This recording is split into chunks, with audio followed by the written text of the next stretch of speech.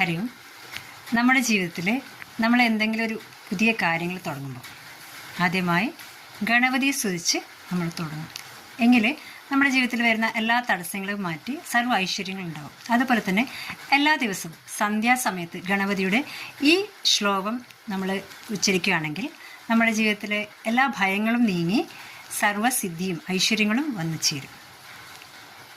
തുടങ്ങാം. ഓം പ്രഥമം വക്രതുണ്ടം ച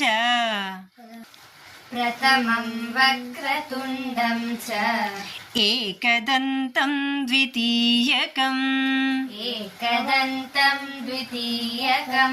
തൃതീയം കൃഷ്ണപിംഗാക്ഷം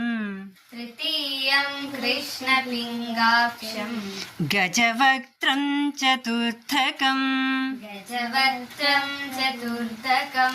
ലംബോദരം പഞ്ചമം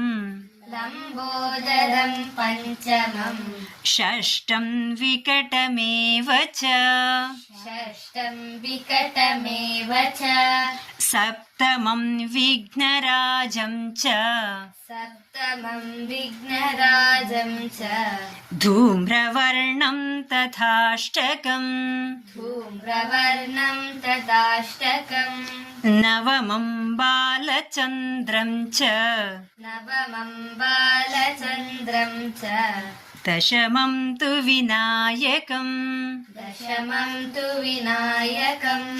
एकादशं गणपतिं द्वादशं तु गजाननं द्वादशेतानि नामानि त्रिसन्ध्यं यः पठेन्नरः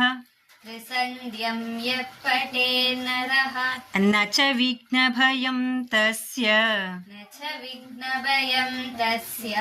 सर्वसिद्धिं करं प्रभो